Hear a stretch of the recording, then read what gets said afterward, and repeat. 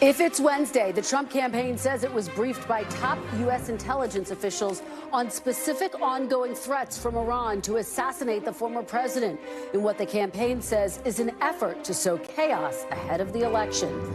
Plus, Vice President Harris speaks out about her economic plan while campaigning in Pennsylvania as she looks to sharpen her message on what voters say is their top issue heading into November. And Israel calls up reserves and prepares to deploy more troops to its border with Lebanon, signaling a ground invasion could be imminent in what would mark a major escalation in the Israel-Hezbollah conflict.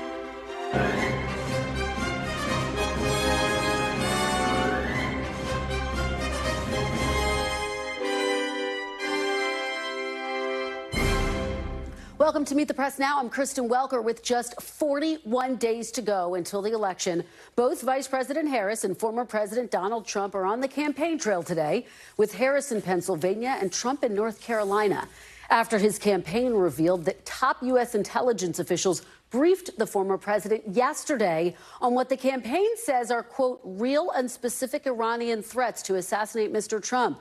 The Office of the Director of National Intelligence confirmed that briefing, but declined to address any specifics.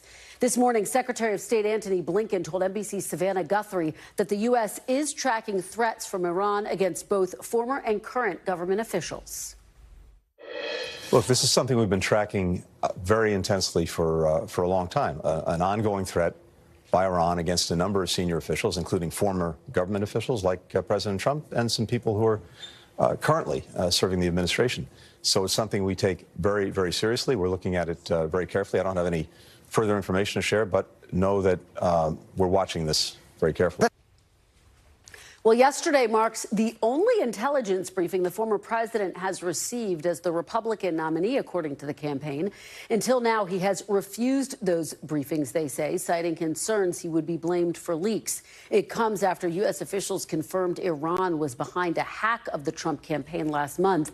And earlier this summer, the Secret Service ramped up security around Trump after the Biden administration received intelligence on an alleged Iranian assassination plot.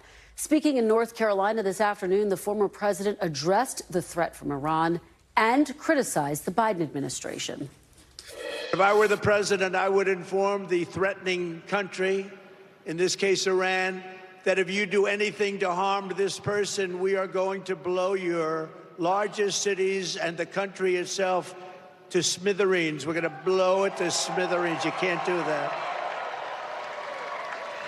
And there would be no more threats. There would be no more threats. But right now, we don't have that leadership or the necessary people, the necessary leaders.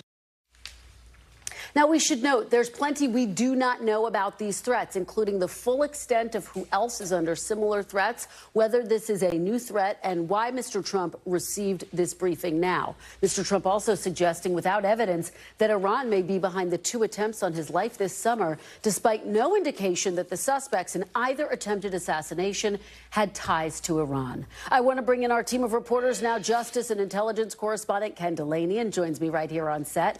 Vaughn Hillyard is covering the Trump campaign. He's in North Carolina. And senior national security correspondent Courtney Kube is at the Pentagon. Thanks to all of you for starting us off. Ken, let me start with you. Secretary Blinken made some headlines this morning by saying we've been tracking these threats for quite some time, and there may be people currently serving in U.S. government who are being threatened. What more do we know about the nature of these threats against the former president? The U.S. intelligence community has been talking about this for some time. The Iranians are angry about the operation ordered by Donald Trump to kill Qasem Soleimani, a famous general from the Revolutionary Guard Corps, and they have targeted several people involved in that operation, and their list of targets appears to have continually expanded. Some of those people are out of government and have security protections that they normally wouldn't have because of this threat stream. So it's a very serious set of threats. Iran has a history of trying to pay people in the United States to carry out killings. They go after dissidents, and they have targeted American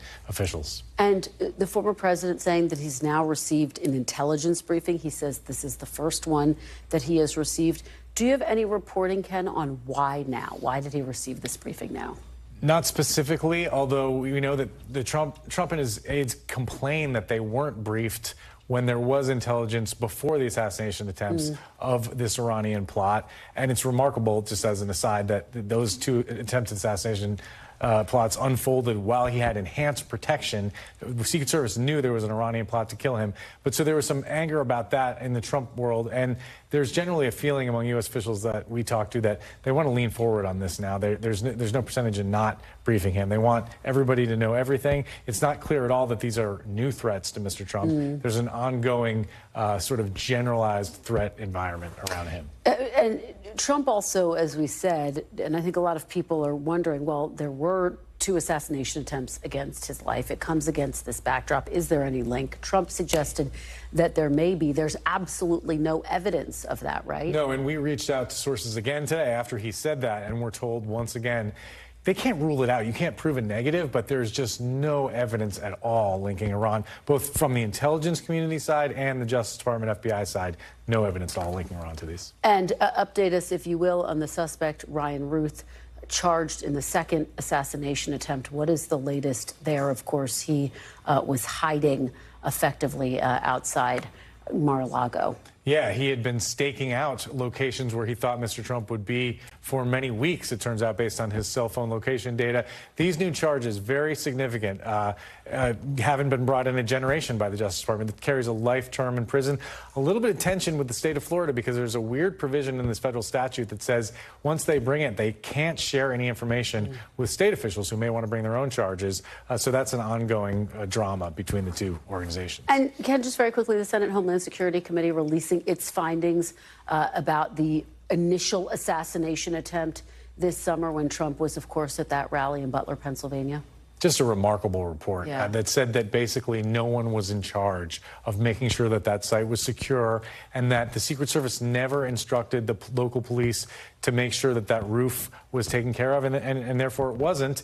And then there were massive radio communication failures so that even when one Secret Service person knew 2 minutes before the shots were fired that there was a man, an unidentified man on the roof, that was not communicated to Donald Trump's detail. They could have taken him off the stage. Obviously, they didn't. So, and this isn't the last word. There are many other investigations to go, but massive failures. Incredibly disturbing report. All right, Ken, thanks for breaking all of that down with us. Vaughn, let me go out to you. In North Carolina, we know that the former president did talk about this Iranian threat. What more did he say today? What are your key takeaways? He said that he was told by the Office of the Director of National Intelligence that the threats were big. One of the campaign co-managers for Donald Trump also this afternoon posting on social media that U.S. intelligence officials should do more to speak publicly about the threats that Iran poses to Donald Trump, at least what was communicated to the former president and Republican nominee yesterday in that meeting. Here in North Carolina at a campaign event just a short time ago, the former president was very explicit, saying that if he becomes president, that Iran will receive the message very clearly. If there is any effort to attack him or any other former president or candidate for president, that Iran, the country, would be blown to, in his word, smithereens. He repeated the word smithereens multiple times to say that he, as president, would not be intimidated by the threats that Iran poses. And he told the Daily Mail in August that he was not taking intelligence briefings. Talk a little bit about why he decided to take that unusual step. And of course, we should say he now has had one.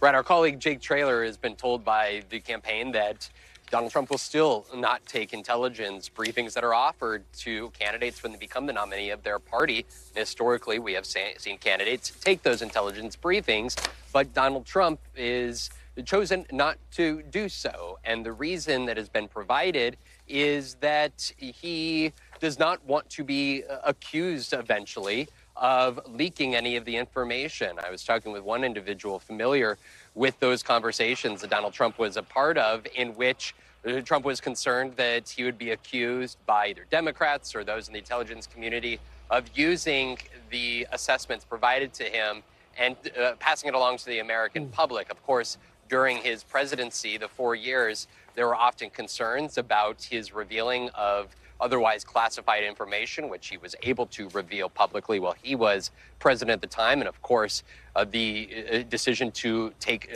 classified documents to his Mar-a-Lago estate after leaving the White House, and then, according to the special counsel's office, revealing some of the contents of the information inside of those documents per the allegations outlined by the special counsel in their indictment against him. So Donald Trump choosing publicly to not take those intelligence briefings so as to avoid any such accusations. And Vaughn, on another foreign policy matter, we should note that the former president's also weighing in on Ukrainian President Zelenskyy, who, of course, spoke at the UN today. The two were expected to meet tomorrow. That meeting's no longer expected to happen. Talk a little bit about why.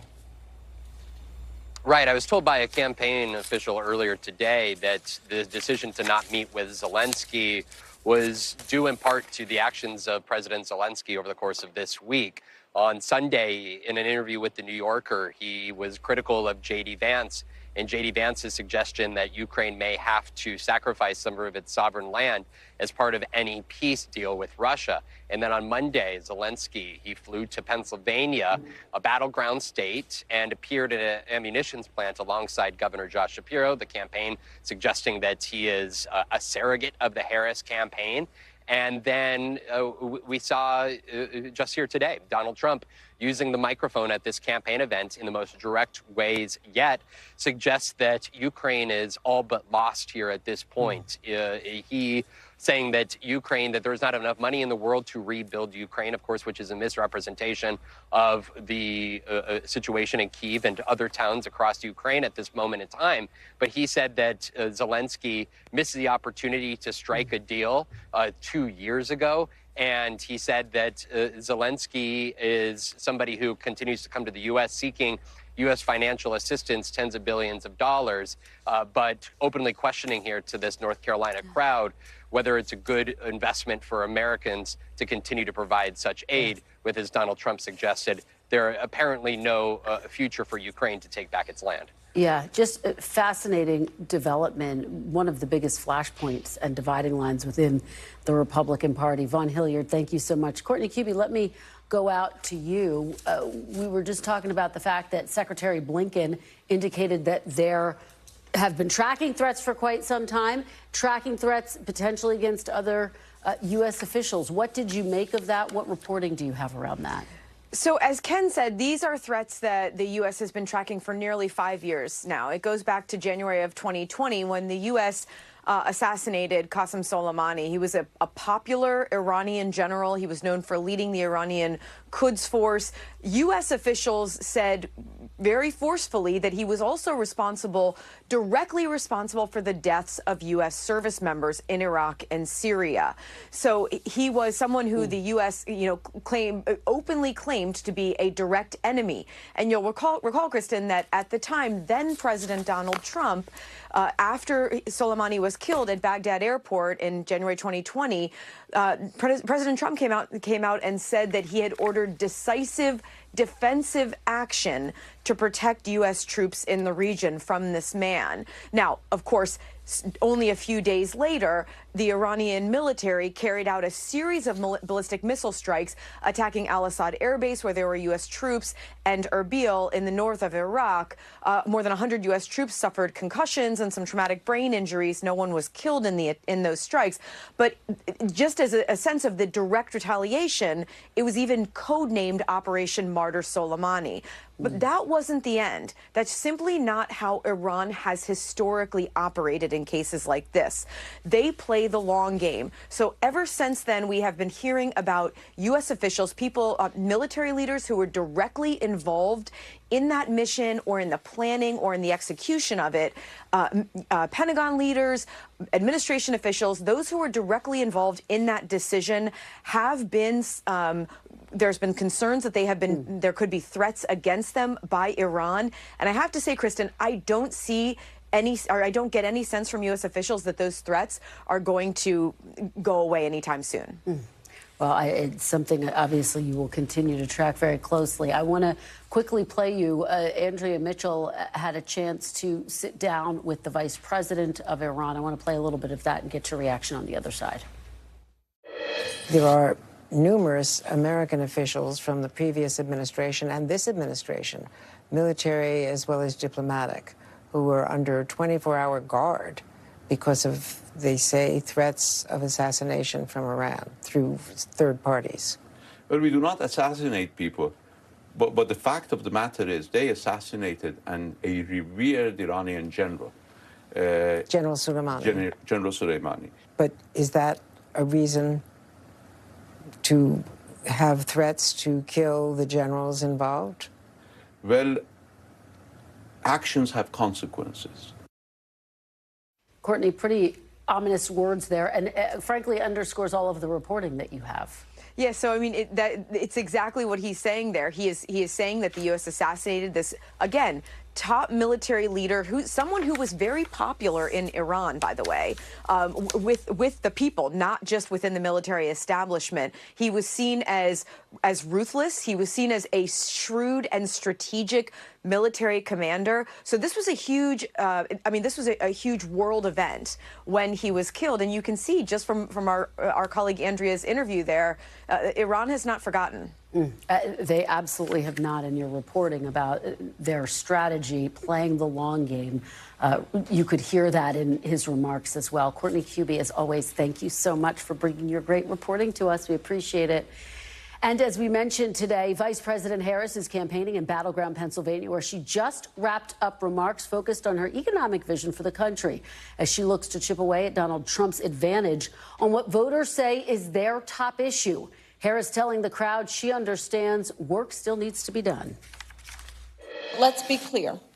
For all these positive steps, the cost of living in America is still just too high.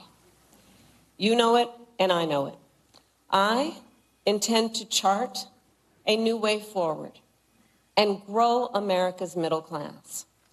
Donald Trump intends to take America backward to the failed policies of the past.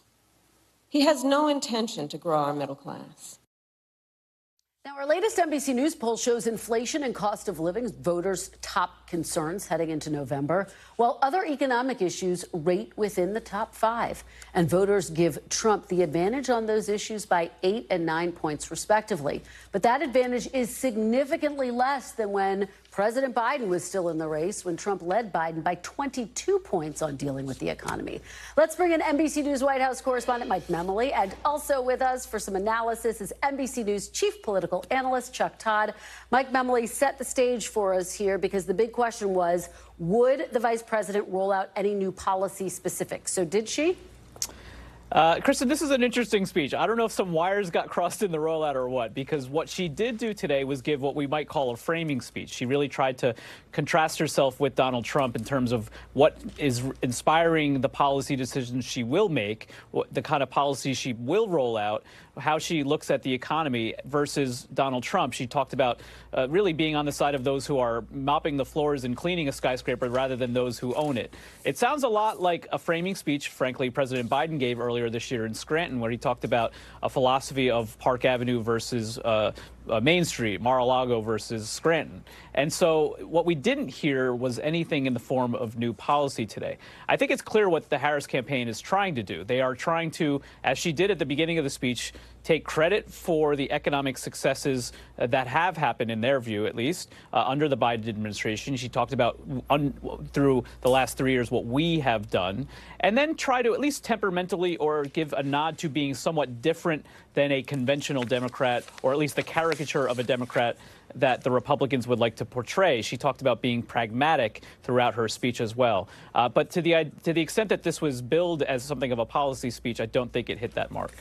So interesting, Mike, because we had all been given guidance that it was going to do exactly that, to hit that mark. Chuck, let me go to you on this. We're going to get to your column in 1 second, but can we just get your gut reaction to this from a strategy perspective? Here we are 6 weeks from the election, Chuck. We had all been given guidance. This was going to be a speech focused on the economy. We're going to hear more about her economic vision. And so, yes, the assumption was there would be new policies. Is this smart strategy to not get specific, or does she need to put some meat on the bones here? Look, I understand the reticence about being too specific, about making it about her too much and giving the Trump campaign something tangible to go after.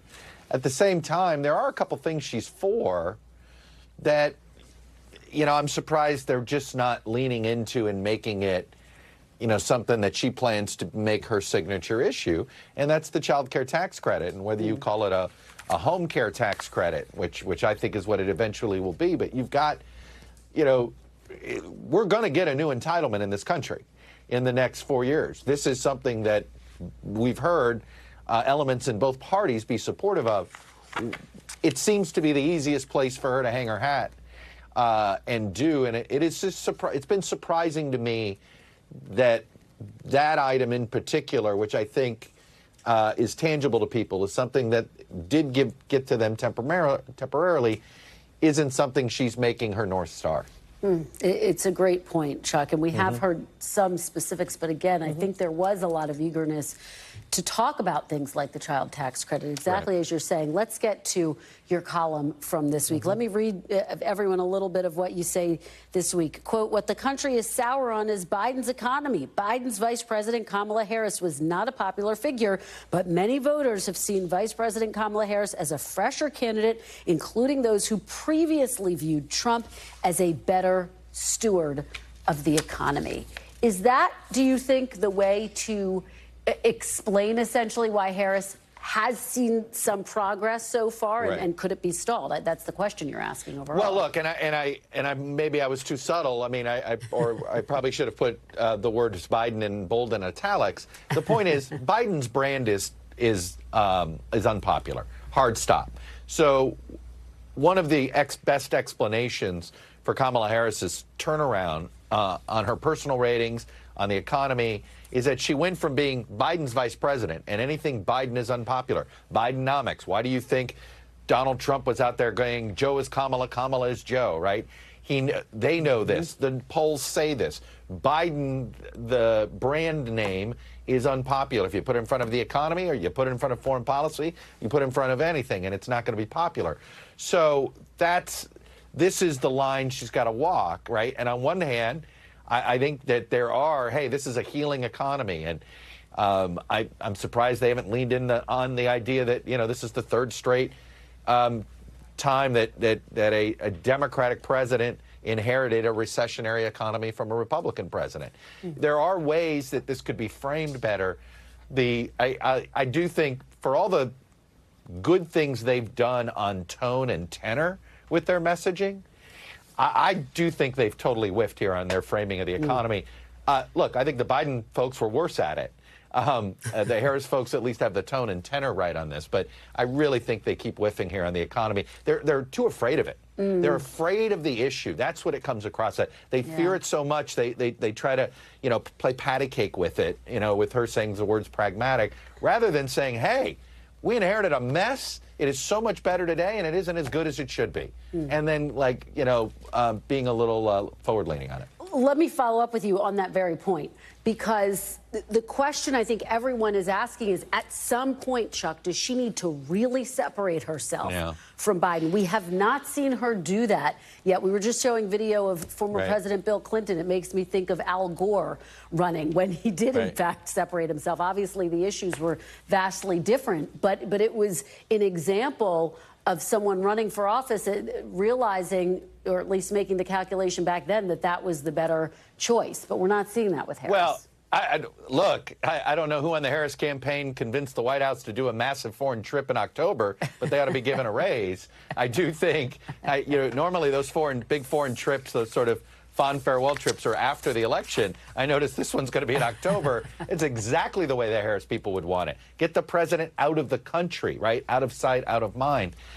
We're going to find out whether she's going to need to. All right. The Trump campaign is heavily running this hit on Bidenomics, where she says it.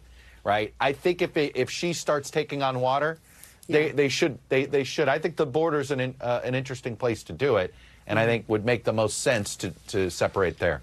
Yeah, no doubt that is one of the biggest pressure points for her. Chuck, as always, great to see you. I know it's a busy day. Thanks for taking the time. Appreciate it. See you soon. Bye-bye. Still to come, why this could be one of the biggest years ever for election reform, plus more key issues on the ballot in November. We're talking about those ballot measures. But first, we're live in Beirut as Lebanon braces for a potential ground invasion from Israel after Hezbollah fires a missile aimed at Tel Aviv for the first time. Stay with us. You're watching Meet the Press now.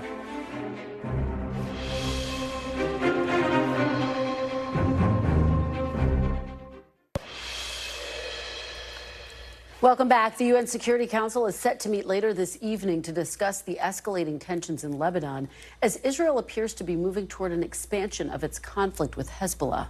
Earlier today, the IDF released this video of one of its leaders visiting troops along Israel's northern border. In the video, he tells soldiers to prepare for a possible ground operation in Lebanon. It comes as Lebanese officials say Israeli airstrikes killed more than 50 people today, a day after the country reported more than 550 deaths. Israel, meanwhile, says it intercepted a missile fired from Lebanon toward Tel Aviv. This is video that appears to show that incident. It would be the first time Hezbollah had targeted Israel's economic hub. NBC News International correspondent Matt Bradley joins me now from Beirut. So, Matt, let's talk about this. There's been a lot of discussion about a ground invasion. Does it now seem inevitable? Where do things stand? Well, I wouldn't say it seems inevitable, Kristen, but I mean, the language that we've been hearing from the chief of staff of the Israeli military really makes it sound like they are girding for that very possibility in a way that almost looks as though there's no going back. I can't make predictions, and every time I do, Kristen, I end up with egg on my face, so I'm not going to do that now. We did hear the words possibly and potentially, but we also heard in those same comments, and he was addressing his own rank and file, his own troops in northern Israel. He said, and we use this term, boots on the ground. He said to these troops, put on your boots, kind of lace up your shoes, put on your boots for these maneuvers. And he described everything about the upcoming operation, not in a tactical way, but he talked about how they will be going into, and he used the word will be, after he used the word perhaps and possibly earlier in his statements, saying that they will be going into villages and towns that have been fortified by Hezbollah, areas where they're going to be meeting really strenuous resistance. And he said that they will be showing these Hezbollah fighters an example of a professional fighting force. So there is, on some level, both the preparation and it sounds almost like the will and the desire to go in and execute what could become a blistering operation. Yeah, the clearest indication yet, it is a real possibility, that's for sure. And it comes as Secretary of State Antony Blinken saying today to Savannah Guthrie that he is pushing for a temporary ceasefire between Israel and Hezbollah. Do you have a sense of where those efforts stand? I mean, we're talking about a ceasefire. We're talking about an American government that no longer has the same kind of traction on the Israeli government that it did maybe even a month ago, maybe even 2 months ago. This is, a decoupling of two of the strongest allies that the world knows right now, the United States and Israel. We're no longer seeing them intact. And we had this on our own NBC News reporting on our website that American officials no longer feel as though Jerusalem is listening to them. And so in the past, remember in the early days when I think I was here in Beirut speaking to you, Kristen, from here when there were always these indications that the Israelis would be doing the same thing that it looks like they're about to do now. Attack forcefully Hezbollah or even move in with a ground invasion. Back then, it was the Biden administration, and this doesn't get nearly enough credit, it was the Biden administration that prevailed upon Netanyahu to step back from the brink and bring Israel away from what could become and what still could become a terrifying region-wide war. It looks as though, from our own reporting again, that the Biden administration no longer has that kind of leverage. All right. Well, Matt Bradley, thank you as always for your reporting. Please continue to stay safe. We really appreciate it. Coming up next, President Zelenskyy warns world leaders that Russia is planning attacks on Ukraine's nuclear power plants and offers a stinging critique of the United Nations. You're watching Meet the Press now.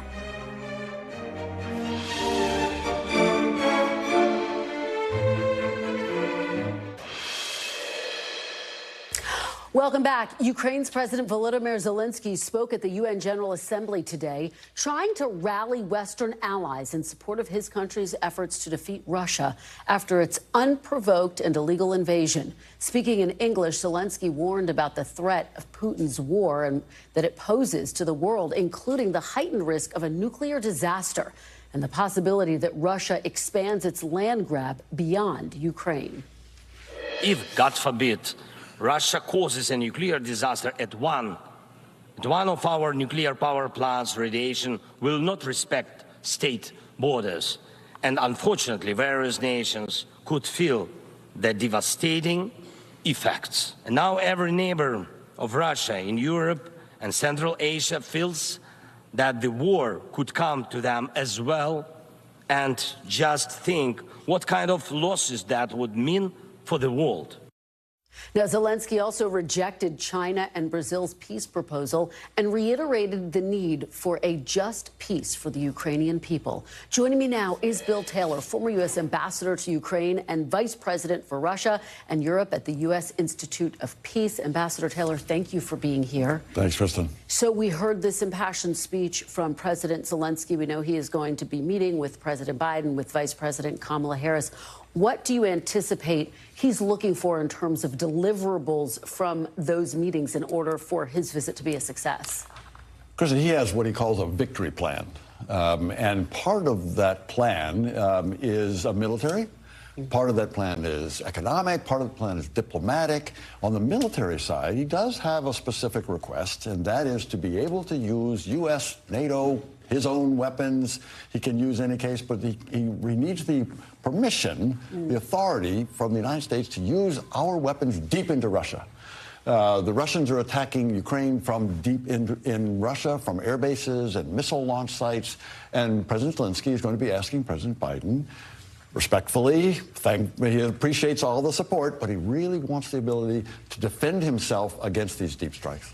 What do you anticipate the response will be? And it comes against the backdrop. The criticism of the U.S. strategy toward Ukraine is that the Biden administration is giving Ukraine just enough ammunition, munitions, aid to stay in the war, but not necessarily enough to win. So, Kristen, I think you're right. That had been the charge. Yeah. But in the last about 3 or 4 weeks, the message coming from the administration has been different. It used to be, you were exactly right, it used to be, we're with them as long as it takes. But now it's changed. Now it's, we're with them until they prevail, until the Ukrainians prevail. That means to me, win. And then your question is a good one. Will they get the authority? Will President Biden and the administration give Zelenskyy the ability to shoot deep? There's been a debate within the administration, very intense debate. I bet that they will get the authority to do that, but we will see over the next 2 days. We certainly will continue to track that. I want to ask you about some exclusive reporting by NBC News that senior Pentagon officials have recommended that the U.S. provide Ukraine with white phosphorus munitions for use on the battlefield. The White House so far rejecting that idea several times. We should note that it's not illegal to use white phosphorus shells, but there are humanitarian concerns. How do you see this playing out, and what are the implications? This is a difficult one. I remember back, I was in Vietnam, and we used white phosphorus not to shoot at the enemy, but to illuminate the night, is to get light, so be able to see at night. Using white phosphorus has the potential to cause damage and injury to civilians. This is a hard decision. I would imagine this will take some time before that is approved. Let me ask you about another development. It was anticipated that President Zelenskyy would meet with former President Trump, the Republican nominee. That meeting has now been canceled, according to one official. Part of the reason was because of Zelenskyy's criticisms when he called J.D. Vance's positions on the war, quote, too radical. Is this a blow to Zelenskyy? How do you see the fact that they're no longer meeting? President Zelenskyy wanted to brief first President Biden on his victory plan, but then the two candidates, he wanted to brief both sides, both Vice President Harris as well as Donald Trump, and he put in that request. He responded to statements by the vice presidential candidate J.D. Vance, who has said in the past that he doesn't much care what happens in Ukraine. So that was something that undoubtedly bothered President Zelenskyy when he hears that. But he does want to make the case to former President Trump that this is an important piece. They've been fighting for 944 days against the Russians. And President Zelenskyy wants to make that case to President Biden, Vice President Harris, and Donald Trump. He's also getting some criticism for visiting Pennsylvania. Republicans accusing him basically of going to a battleground, putting his thumb on the scale. Are you surprised that he decided to go to Pennsylvania, or do you see this as a part of his tactical trip to make the case for why the United States needs to be on board and stay on board with supporting He undoubtedly Ukraine? wants to make that case, so keep the United States on board. And the place he went was where they're manufacturing artillery shells. Yeah. And he's very short on artillery shells, and he wants to really thank those workers in Pennsylvania for making those shells, sending to Ukraine for their use. So that's the main thing, is a message to the U.S. people and U.S. workers that you're supporting Ukraine and you're defending yourself. Okay, well, a very significant trip, significant speech that President Zelenskyy delivered today. Ambassador Bill Taylor, thank you so much for being here. Thank you, Crystal. We really appreciate it. After the break, Mind the Gap. We're digging into gender politics and the voters and issues that matter most. The panel's next. You're watching Meet the Press now.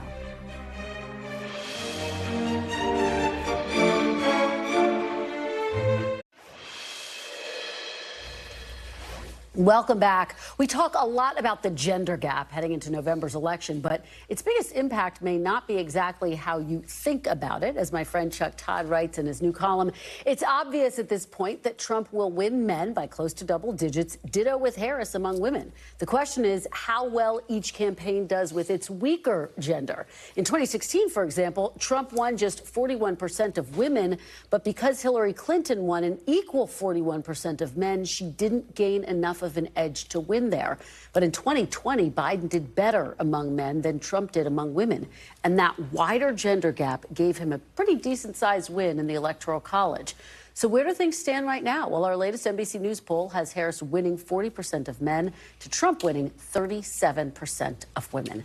Joining me now to break down all of these numbers on set is Cillizza, founder of the So What Substack newsletter and YouTube channel, Ashley Etienne, former communications director for Vice President Harris, and former Pennsylvania Republican Congressman Charlie Dent. He is also a senior advisor at our Republican Legacy. Thanks to all of you for being here. Chris, I wonder what you make of Chuck's analysis.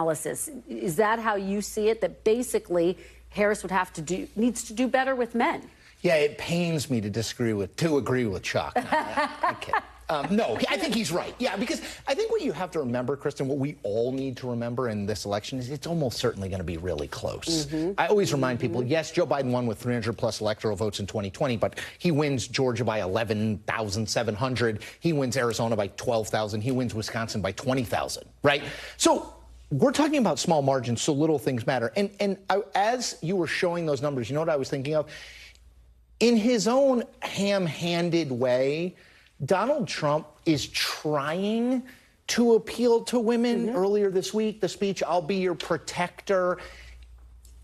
That's him trying. You know, that song, "This Is Me Trying."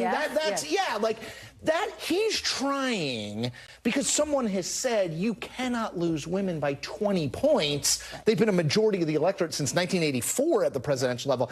Again, there's a lot of water under that bridge with Trump and the female vote. So I don't know if some IVF language and him saying, "I'll be your women need to be protected and I'll be your protector." I'm not sure that's the way you get there, but that's him trying to narrow that gap. Actually, of course, what makes this election so extraordinary, it's the first presidential election since Roe was overturned. Absolutely. So to Chris's point, Trump is trying to win over those women voters, but boy, it's uphill in some instances. Yeah, and they're clearly not buying it. They're not falling for whatever tactics or, you know, him trying to pull the wool over their eyes. I mean, it's very clear that they've consistently had this assault and it's all out sort of what I'm characterizing as a war against women. I mean, everything from, arguing for a national ban against abortion to the single cat ladies, deserving less in American democracy.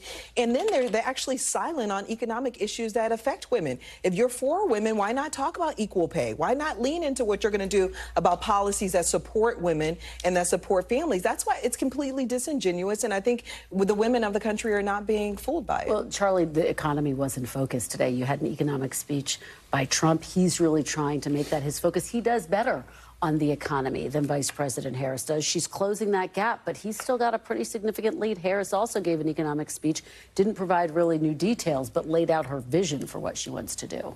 Well, on the economy, Republicans have traditionally done reasonably well because a lot of small business people and voters think Republicans are for lighter taxes, lighter regulatory touch.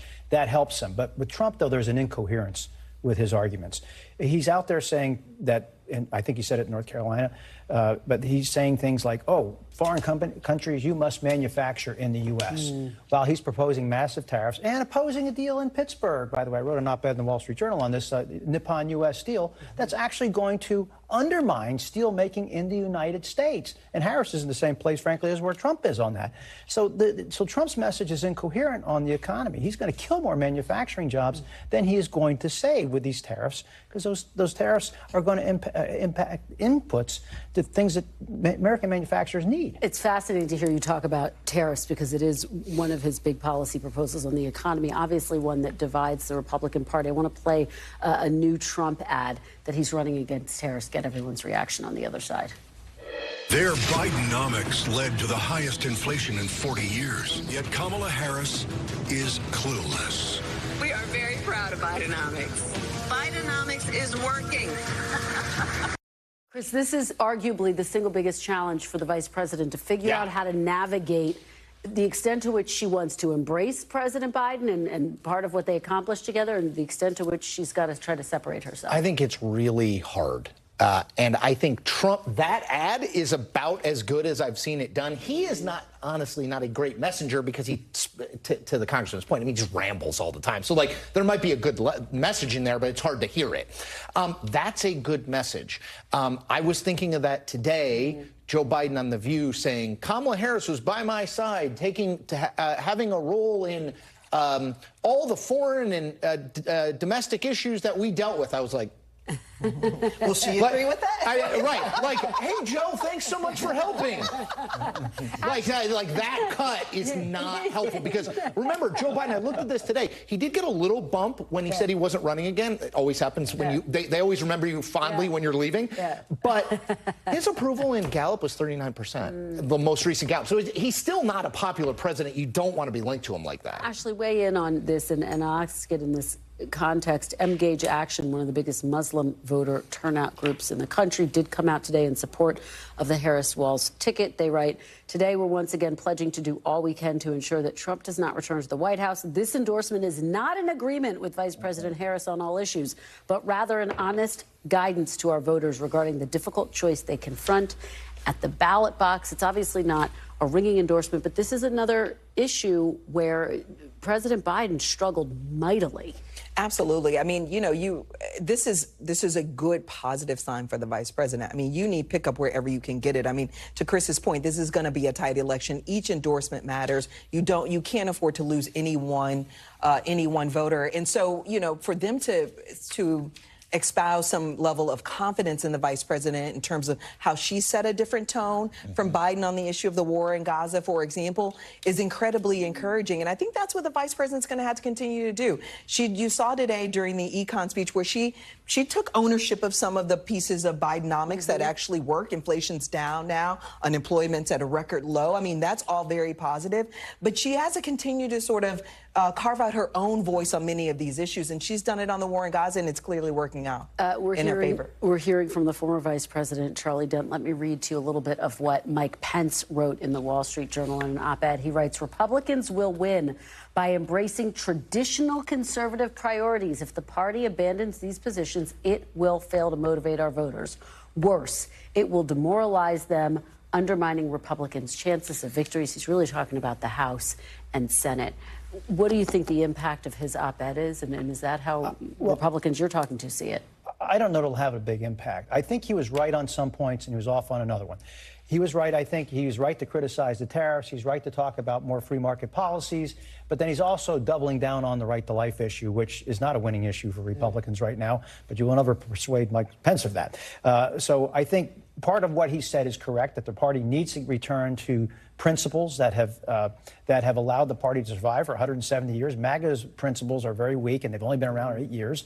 And so he's trying to get a counter narrative. He's right on some things, but I think that abortion position of his is just not in step with Chris, very quickly, I totally agree with the congressman. I think the problem is, you know who disagrees with Mike Pence and most of what we agree on? Right. The base of the Republican Party. I mean, that's that's the issue. Right. This is Donald Trump's party. As much as Mike Pence doesn't want to acknowledge it. They need to be led, and they need an alternative narrative. And there just isn't one. And nor is there an alternative narrator, right? I mean, there's just no other voice other than him. Yeah. That's what I'll do. All right, guys.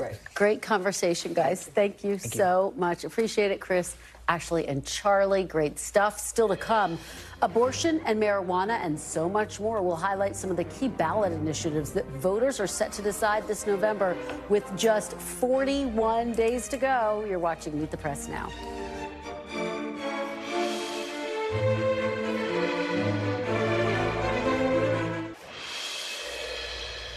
Welcome back. As we've mentioned many times, abortion is a key issue in November's election, with amendments to protect access to abortions on the ballot in 10 states.